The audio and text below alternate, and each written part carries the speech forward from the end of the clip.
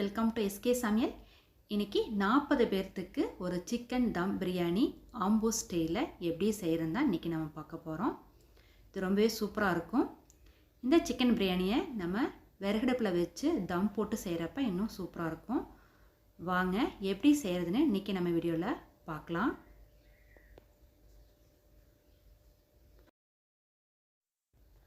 அடுத்தா ஒரு அகலமான கெட்டியான பாத்திரத்தை அடுப்பில் வச்சு ஹீட் பண்ணிக்கலாம்.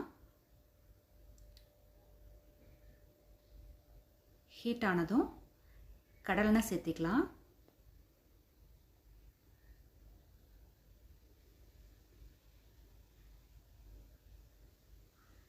அது கூடவே நெய்யும் சேர்த்துக்கலாம். நெய் நிறையா சேர்த்துறப்ப பிரியாணி வந்து ரொம்ப டேஸ்ட்டாக இருக்கும். அடுத்தா பிரஞ்சில் நச்சரமுக்கு கல்பாசி இதெல்லாம் எண்ணெயிலே கொஞ்சம் போட்டுக்கலாம். 1 kg பெரிய வெங்காயம் நீளமாக கட் பண்ணி அதையும் சேர்த்துக்கலாம். இந்த வெங்காயம் வந்து நல்லா பொன்னிறமாக வந்து நல்லா எண்ணெயிலேயே வதங்கிடணும். ஒரு கைப்பிடி அளவு கருவேப்பிலை சேர்த்துக்கலாம். ஒரு 4 பச்சை மிளகாய் கட் பண்ணி சேர்த்துக்கலாம். பூண்டு பேஸ்ட்டு ஒரு 5 ஸ்பூன் சேர்த்துக்கலாம். பிரியாணி நிறைய இருக்கனால கொஞ்சம் சேர்த்தியே சேர்த்துக்கலாம்.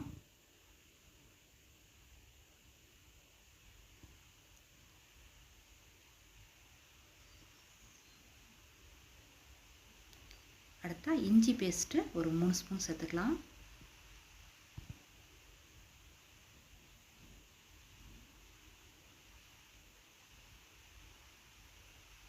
நல்லா மிக்ஸ் பண்ணிவிட்டு இந்த எண்ணெயிலே நல்லா வேகட்டும்.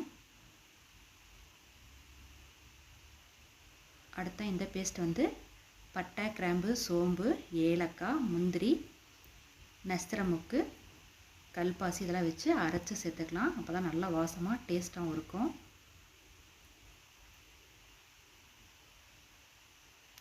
நல்லா எண்ணெய் பிரிஞ்சு வர அளவுக்கு நல்லா எண்ணெயிலே வேகணும்.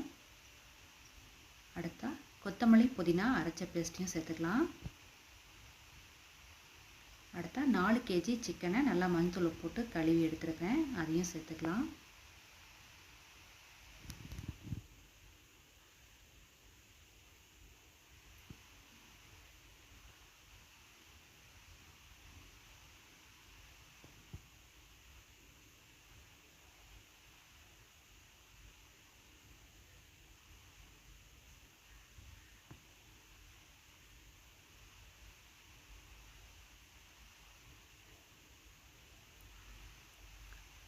எல்லாத்தையும் போட்டு நல்லா மிக்ஸ் பண்ணிக்கலாம். கூடவே ஒரு 8 தக்காளி கட் பண்ணி வச்சுக்கிறேன், அதையும் சேர்த்துக்கலாம்.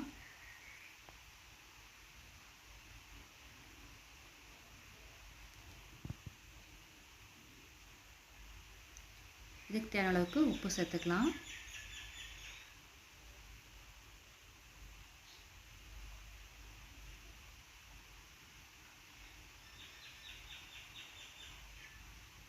இது வந்து பிரியாணி மசாலா பொடி ஒரு 4 ஸ்பூன் சேர்த்துக்கலாம். அடுத்த கரம் மசாலா ஒரு 3 ஸ்பூன் சேர்த்துக்கலாம்.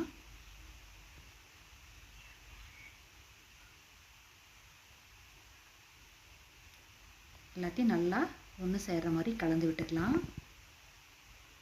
தயிர் வந்து ஒரு 1/4 லிட்டர் தயிரும் அதையும் சேர்த்துக்கலாம்.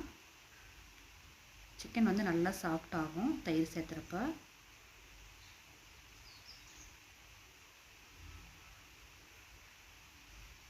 ஒரு 10 நிமிஷம் அப்படியே மூடி வச்சிடலாம், வேகட்டும். அடுத்தா வந்து வரமிளகாத்தூள் வந்து சேர்த்துக்கலாம் காரத்துக்காக. ஒரு 3 ஸ்பூன் சேர்த்துருக்கேன். அடுத்தா தண்ணி வந்து நம்ம 4 kg ரைஸ் சேர்த்து போகிறோம், அதுக்கு தகுந்த மாதிரி தண்ணி சேர்த்துக்கலாம்.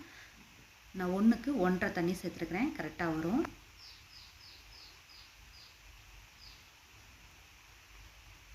தண்ணி வந்து கொதிக்க ஆரம்பிச்சிருச்சு. நம்ம அடுத்த அரிசி சேர்த்துக்கலாம்.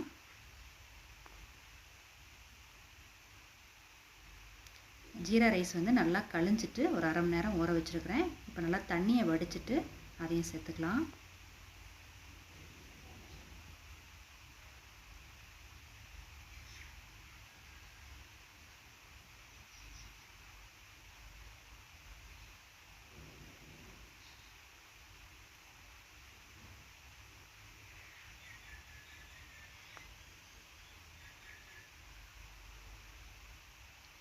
1 கேஜி நீங்கள் சிக்கன் பிரியாணினா ஒரு 10 பேர் சாப்பிட்லாம். இன்றைக்கி 4 கேஜி சிக்கன், அதே போல் 4 கேஜி ரைஸ் சேர்த்துருக்குறேன். இது வந்து ஒரு 40 பேர் தாராளமாக சாப்பிட்லாம். ஒயிட் ரைஸு நீங்கள் 1 கேஜி வச்சிங்கன்னா 7 பேர் சாப்பிட்லாம், கரெக்டாக இருக்கும். அந்த அளவு வச்சு நம்ம செய்கிறப்ப, அதிகமாக செய்கிறப்ப கரெக்டாக வந்துடும். கூடவே இதுக்கு தேவையான உப்பு சேர்த்துக்கலாம்.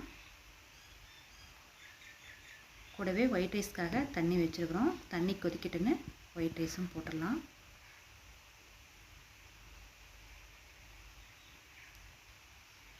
அரிசி போட்டதுக்கப்புறம் கொதிக்க ஆரம்பிச்சிருக்குது.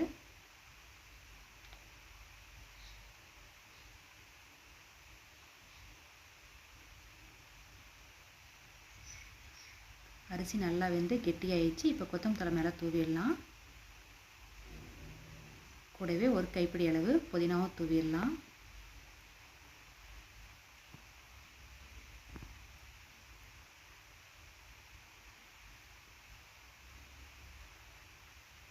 நல்லா மிக்ஸ் பண்ணிவிட்டு 2 லெமன் ஜூஸும் சேர்த்துக்கலாம்.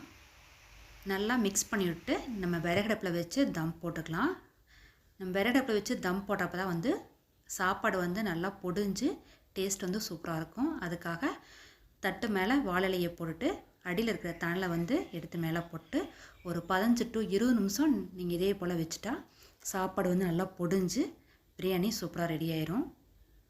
ஒயிட் ரைஸ் செய்கிறதுக்காக தண்ணி கொதிச்சிருச்சு, ரைஸும் போட்டாச்சு, வேகட்டும், வடிகட்டி எடுத்துக்கலாம். இது வந்து ரவா பாயாசம். ரவை வறுத்துட்டு தண்ணி ஊற்றி கொதிக்கிட்டுன்னு ரவை போட்டுட்டு முந்திரி, திராட்சை, கேரட்டு 3ஐயும் நல்லா வதக்கிட்டு ஒயிட் சுகரும் சேர்த்தியாச்சு. கொதிக்கிட்டுன்னு அடுப்பு ஆஃப் பண்ணிடலாம். இது கூடவே ஒரு மட்டன் வறுவல், ஒரு மட்டன் தண்ணி குழம்பு, இது கிராஸ் கோழி வறுவலும் செஞ்சுருக்குறோம். இது வந்து அடுத்த வீடியோவாக வரும்.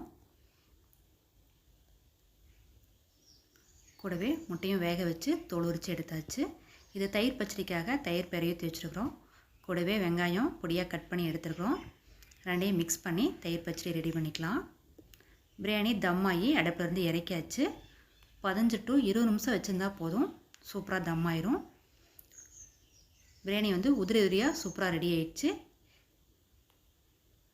இதோட தயிர் பச்சடி வச்சு சாப்பிட்றப்ப ரொம்பவே சூப்பராக இருக்கும். இந்த வீடியோ உங்களுக்கு பிடிச்சிருந்துச்சுன்னா என்னோட SK சமையலுக்கு லைக் பண்ணுங்கள், ஷேர் பண்ணுங்கள், சப்ஸ்கிரைப் பண்ணுங்கள். கூடவே பக்கத்தில் பெல் பட்டனையும் கிளிக் பண்ணுங்கள். தேங்க்யூ.